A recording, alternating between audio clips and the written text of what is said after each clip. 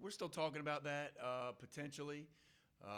DJ has definitely earned it, though. There's no question about it. So we're still in discussion about that and how we can utilize Cade.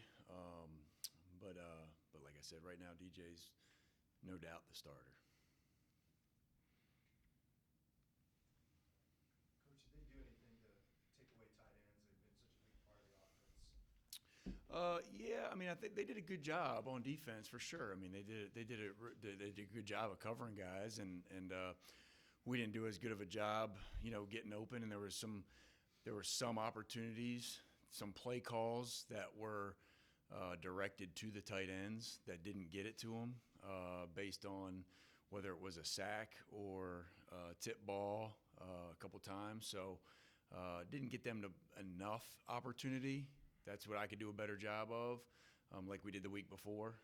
But there were, some plays that were definitely going to them that, based on what the structure was or what happened, it didn't get to them.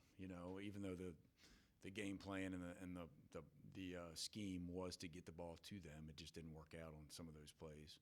How valuable have they been? Man, really, really good. I mean, really good in a lot of ways. They've have done a good job of being versatile, really, and not just being guys in the box, but guys that can play out of the box. So, like I've said all year long, they've been a very valuable piece of distributing the ball in a lot of different ways. We're looking at a couple guys that could be pros. Oh, absolutely. There's no question. I mean, Davis Allen is a guy that has proven that. Whoever gets him, whatever round it is he's going to be a guy that's going to play a long time. Removed sort of from the emotion in the end game, just be in the middle of a game when you're sitting there yesterday, you look at the second half and say, gosh, Shipley was kind of lathered up. We probably should have given it to him more, or is that a product more of Reed's? Yeah, Of both? no, good point. I think he got the ball 17 times, and we have basically 4 guys that are running backs, including my quarterback. So he got the ball a decent amount. At the end of the game, the end of the third and the fourth quarter, there were about 5, or I looked at it, 5, 6, 7 times, something like that, 5 or 6, 7 times those last couple drives that we didn't produce anything, that were either reads or to him, and so he did a great job, though, man. When he got the ball, he obviously had his yardage was really, really good and productive, and then at the very end, we had to try to get something going in the passing game. Had some third down situations that we had to get the ball down the field that we just didn't execute. So yeah. Have you had a chance to talk to Antonio since Saturday? I'm sure you have, but Dabo said afterwards he took the loss pretty hard, but at the end, when they're not 10-2 without him, he's been such a vital part of this offense. What has he said to you since Saturday? Yeah, I haven't talked to him other than I saw him briefly.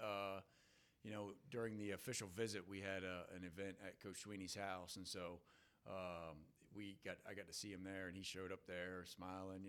He's such a good kid, and he'll bounce right back. And heck, like you said, I mean, we wouldn't be 10-2 without him and the success that he's had as a freshman. And so these young kids are very resilient people. They bounce back a lot of times quicker than us adults do. Us older people do.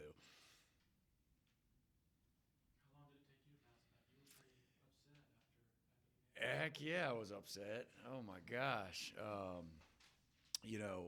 Yesterday was a tough day. I had to, swallow that pill, man. It was hard.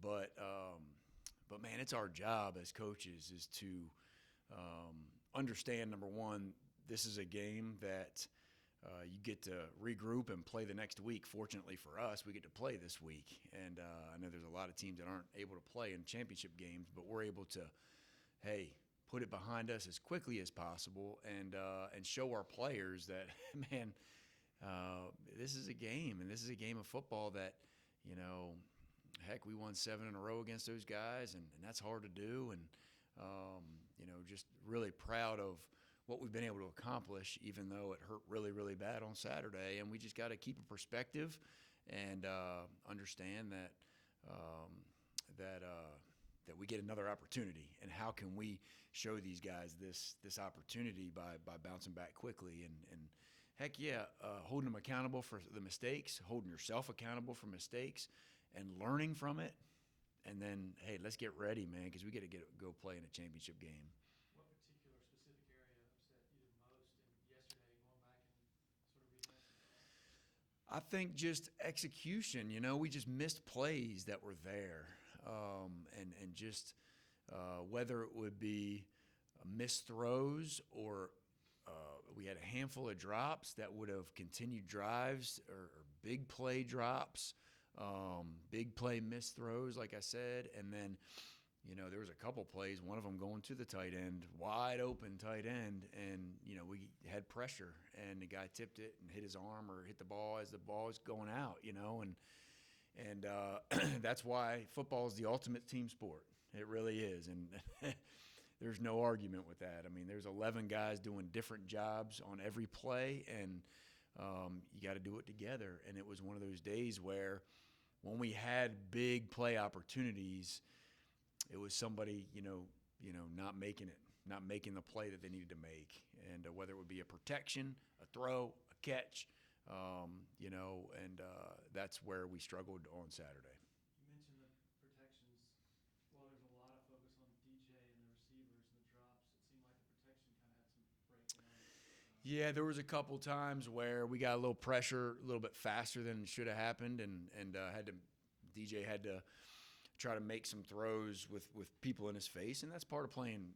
That's part of playing quarterback. But there were some opportunities that were definitely big opportunities down the field, and we just didn't hold up in protection like we have in the past. So there's a couple breakdowns there that we need to correct. How's Mitchell Mays doing? He's one of those guys getting some, on-the-job training right now. Yeah, no, he's learning. He's learning. He's done a lot of good things, but he had a couple miscues on Saturday too. A couple pressures that came from his side, but just like we're doing, just try to learn from it and move forward, because he's a talented player, man. We're so lucky to have him, and for the most part has done a really good job. Last 2 weeks have been kind of not difficult for him, but he's been thrust into a main spot. He really has. So he's learning how to be a starter, learning how to play all those snaps, and that's the key to those situations. Is you take each game and you try to learn from it and get better and move forward. Using DJ in the running game sort of be a delicate situation because he's effective at it, but you're also exposing him to further hits. Is there an ideal number of carries in your mind going into the want for him? I don't know if there's an exact number, other than he's shown that he's very, very versatile as far as a runner, and he's been able to hold up. He's a big kid. He's got a lot of strength, and he's running the ball well. And so, it really helps you offensively whenever you have a guy that can do that. And so, he's going to continue to run the football. I don't know. I don't have an exact number, but he's definitely going to continue to run the football. There's no doubt about it. And that keeps him going too. It helps his confidence and gets him into the game a little bit faster too. Were you nervous when that play was upended on there? Yeah, no, he got hit pretty hard. He had a couple hits that definitely got up a little bit slower than normal. And I asked him after that series, and he said he was good. He just got hit, I think, on his hip or something, or on his thigh. So, but was able to bounce back, and he's a tough kid, so he continued to play. Looking back at Saturday, is there anything that you would have done differently if you go back now? Yeah, it's every Saturday that you call a game. There's going to be a couple plays here or there that you wish you would have either called or had different timing on, or that sort of thing. And then you look back at how can we execute better, because in the end that's what it's all about, is execution. Or what are some of the things that broke down that we can do a better job of, and really a lot of it comes down to details, and just really emphasizing the details of every little part of the game and every position group, and that's our job as coaches, is to hold those guys accountable for the details, and because we know if the details happen, then the big things will happen, and if we can focus on those little things, we'll get the big results. I know you guys were talking about trying to build confidence as an offense. Yep. These last few games where there's been some downs, are you at all wondering if the confidence has waned? No, I think we gained some confidence against Louisville and gained some confidence against Miami.